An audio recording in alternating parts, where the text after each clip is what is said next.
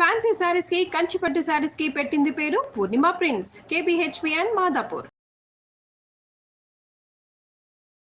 నమస్కారం. కార్తీక పురాణం 30 రోజు పారాయణలోకి వచ్చాం. ఈ రోజున కార్తీక బహుళ అమావాస్య. రేపు ఉదయం నుంచి మనకి మార్గశిర మాసం మొదలవుతుంది. మార్గశిర మాసపు తొలి రోజుని మనం పోలిపాడ్యమిగా జరుపుకుంటాం. అయితే అమావాస్య నాడు కూడా దీపాలు పెట్టుకుని పోలిపాడ్యమి నాడు జ్వాలా తోరణాన్ని అంటే నీళ్లల్లో వదులుతాం దీపాలని, అది రేపు చేసుకుంటాము. ఈ పురాణపు శ్రవణాన్ని పూర్తి చేసుకుని పాడ్యమి నాడు దీపాలు నీటిలో వదిలిపెట్టడంతో పోలిపాడ్యమి కథాశ్రవణంతో కార్తీక మాస వ్రతం పూర్తవుతుంది. ఈ వ్రతాచరణ సాధారణంగా కష్టమేనండి. పూర్వకాలం కార్తీక వ్రతం కష్టం అనుకునేవాళ్ళం. ఇప్పుడు ఇటీవల కాలంలో కార్తీక పురాణ శ్రవణం మనకి సులువైంది. పొద్దున్నే స్నానం చేయటం సులువైపోయింది. దేవాలయ దర్శనాలు సులువుగా అవుతున్నాయి. కొంతమంది అటు ఇటు తీర్థయాత్రలు కూడా చేస్తున్నారు. నదీ స్నానానికి అవకాశం తీసుకునే వాళ్ళు కూడా చక్కగా కనపడుతున్నారు. ఈ సులువైన ఈ కార్తీక వ్రతాచరణ, దీనికి కారణం సోషల్ మీడియాని మనం అనుకోవాల్సిందే అనుకోండి. ఏటా చేయటం, మన తర్వాత తరాల వాళ్ళకి కూడా దీన్ని ఎంతో కొంత అలవాటు చేయటం చాలా అవసరం అండి. కార్తీక వ్రతాల వల్ల లభించబోయే పుణ్యాలు, లభించబోయేటువంటి విష్ణు వైకుంఠవాసము, స్వర్గవాసము, కైలాసవాసము కంటే కూడా ఆరోగ్యం ఎక్కువ సిద్ధిస్తుందండి.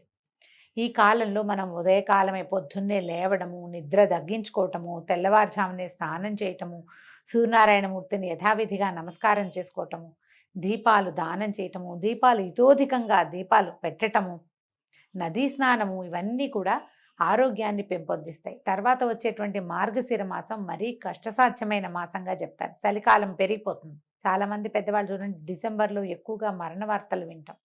కార్తీక వ్రతాచరణ చేసిన వాళ్ళకి పెద్దగా అలాంటి సమస్యలు రావు. స్ట్రోక్స్ అవి తక్కువగా వస్తాయి.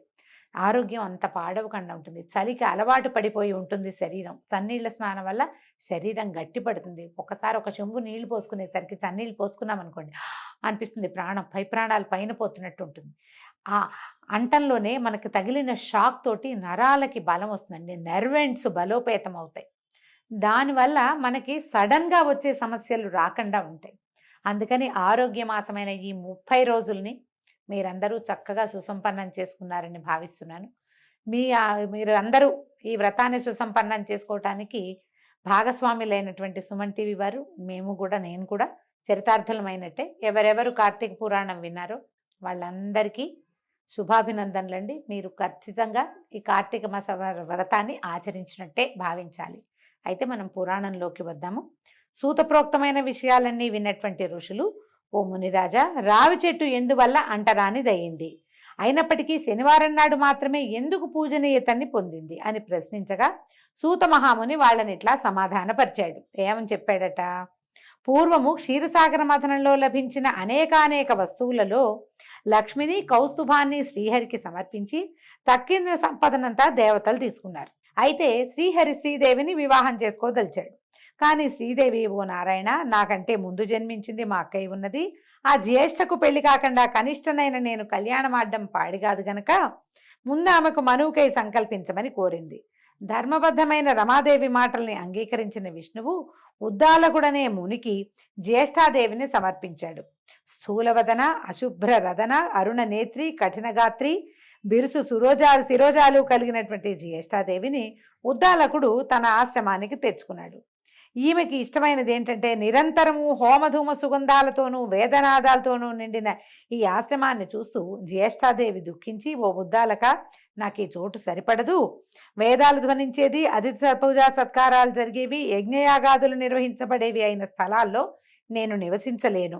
అన్యోన్యానురాగం కలిగిన భార్యాభర్తలు ఉన్న చోట కానీ, పితృదేవతలు పితరులు పూజింపబడే చోట కానీ, ఉద్యోగస్తుడు, నీతివేత్త, ధర్మిష్ఠుడు, ప్రేమగా మాట్లాడేవాడు, ఉద్యోగస్తుడు అంటే జాబ్ హోల్డర్ అని కాదండి, పని చేసుకునేవాడు, తన పని చక్కగా సానుకూలంగా, రైతు అయితే రైతు పని, నేతగాడైతే నేతగాడి పని, అట్లా తమ వృత్తిని చక్కగా సాంగోపాంగంగా చేసుకునే వాళ్ళ దగ్గర జ్యేష్ఠాదేవి ఉండదు.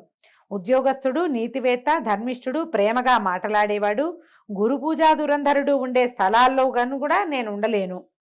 ఏ ఇంట్లో అయితే రాత్రింబవళ్ళు ఆలుమగలు దెబ్బలాడుకుంటూ ఉంటారో, ఏ ఇంట్లో అతిథులు నిరాశతో ఉసూరుమంటారో, ఎక్కడైతే వృద్ధులకు, మిత్రులకు, సజ్జనులకు అవమానాలు జరుగుతూ ఉంటాయో, ఎక్కడైతే దురాచారాలు, పరద్రవ్య పరభార్యాపహరణశీలుడైన వాళ్ళు ఉంటారో అలాంటి చోట్లోనే నేను ఉంటాను.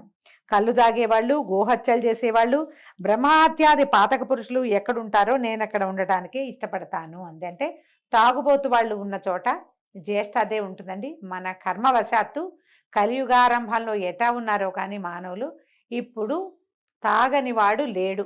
తాగని వాళ్ళు ఉన్న ఇళ్ళు ఉన్నాయి, లెక్క పెట్టచ్చు మనం. తాగుబోతనం అత్యంత సహజమైన విషయంగా, అది హీరోయిజంగా కూడా భావింపబడే కాలంలోకి వచ్చేసామండి మనం. అన్ని కొట్లు మూతపడతాయి కానీ తాగుబోతు కొట్లు మాత్రం మూతపడవు.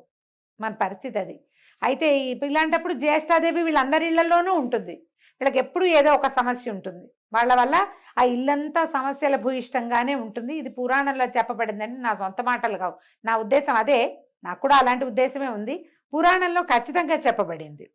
రావి మొదట్లో జ్యేష్ఠావాసం ఎలా కుదిరింది, అప్పుడు ఈయన ఏం చేశాడు, ఈ ఉద్దాలకుడు మామ ఏమిటి ఇవిడి ఇట్లా బాధపడుతోంది, భార్య కదా ఆమెను బాధ పెట్టకూడదు, ఆమెకి నచ్చిన పని చేద్దాం అని ఆలోచించి ఈయన ఏం చేశాడు, వేదవిధుడైన ఉద్దాలకుడు కించిత్తు నొచ్చుకున్నవాడే, ఓ జ్యేష్ఠ, నీవు కోరినట్టుగానే నీకు తగిన నివాస స్థానాన్ని అన్వేషించి వస్తాను, అంతవరకు నువ్వు ఈ రావి చెట్లు మొదట్లోనే కదలకుండా కూర్చోమని చెప్పి ఆవిడని ఒక రావి చెట్టు మొదట్లో కూర్చోబెట్టాడు. భర్త ఆజ్ఞ ప్రకారం జ్యేష్ఠాదేవి రావి చెట్టు మొదల్లోనే అలాగే ఉండిపోయిందట. ఎన్నాళ్ళకి ఉద్దాలకుడు రాకపోవడంతో పతి విరహాన్ని భరించలేని పెద్దమ్మ పెద్ద పెట్టున ఏడవటం మొదలుపెట్టిందట. ఆమె ఏడుపు వైకుంఠంలో ఉన్న లక్ష్మీనారాయణుల చెవులలో పడ్డాయి. వెంటనే లక్ష్మీదేవి, మా అక్కయ్యను ఊరడించవయ్యా అని బతిమలాడింది భర్తను. మా అక్కకి ఏదో కష్టంగా ఉంది, ఇది ఇప్పుడు కూడా చేస్తాం మనం. అక్క చెల్లెలకి ఏదైనా ప్రాబ్లం వస్తే భర్తను అడుగుతాం, వాళ్ళ ప్రాబ్లంలో ఉన్నారు సాయం చేయమని అడగం. సాక్షాత్తు శ్రీమన్నారాయణుడు ఆయన చేయకేం చేస్తాడు. ఈ భార్య మాటలు విని ఆయన ఏం చేశాడు, ఈవిని కూడా తీసుకుపోయి కమలా సమేతుడై జ్యేష్ఠాదేవి ఎదురుగుండా ప్రత్యక్షమయ్యి ఆమెను ఊరడించి, ఓ జ్యేష్ఠాదేవి, ఈ రావి చెట్టు నా అంశతో కూడి ఉంటుంది కనుక నువ్వు దీని మూలంలోనే స్థిర నివాసం ఏర్పరచుకుని ఉండిపో. ప్రతి ఏటా నిన్ను పూజించే గృహస్థుల యందు లక్ష్మి నివసిస్తూ ఉంటుంది అని చెప్పాడు. అయితే ఆ నియమాలలోనే ప్రతి శనివారము రావి చెట్టు పూజనీయగాను అక్కడ జ్యేష్ఠాదేవిని షోడశోపచార విధిగా అర్చించే స్త్రీల పట్ల శ్రీదేవి అమిత కరుణా కలితే అనుగ్రహించేటట్లుగా ఏర్పరిచాడు. ఈ విధంగా శనివారం నాడు రావి చెట్టుకి ప్రదక్షిణాలు చేయొచ్చు. శనివారం నాడు ముట్టుకోవచ్చండి, మిగిలిన ఏ రోజుల్లోనూ ముట్టుకోకూడదు. ఇది లెక్క. పురాణంలో ఇట్లా చెప్పారు. ఓ ఋషులారా, సత్యభామకు శ్రీకృష్ణుడు చెప్పినట్లుగాను నారదుని చేత పృథు చక్రవర్తికి చెప్పబడిన విధానంగాను నేను మీకు ఈ పద్మపురాణాంతర్గత కార్తీక పురాణాన్ని వినిపించాను.